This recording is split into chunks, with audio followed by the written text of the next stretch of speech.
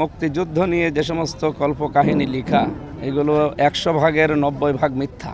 সুতরাং জামাত ইসলামী বাংলাদেশ ওই সময় যুদ্ধের বিরুদ্ধে ছিল না, তারা ছিল ভারতের বিরুদ্ধে। আমরা এইটা এখন জানছি, এতদিন আমাদেরকে এই সত্যটা জানতে দেওয়া হয়নি।